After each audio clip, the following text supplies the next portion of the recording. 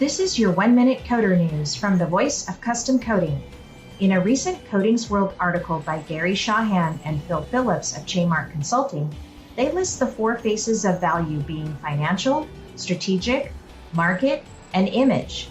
Whereas the financial and strategic seem obvious at first glance, they can sometimes be in conflict with each other when the vision is solely driven by financial acuity and not creative force through leadership. This top-down driven approach can limit the market value and image value of a company and how it's seen in the eyes of its peers and customers. According to Chaymark, using qualitative and quantitative analysis can help businesses understand their true market value to thrive as a company in the market. And that's been your 1-minute coder news. See you next time.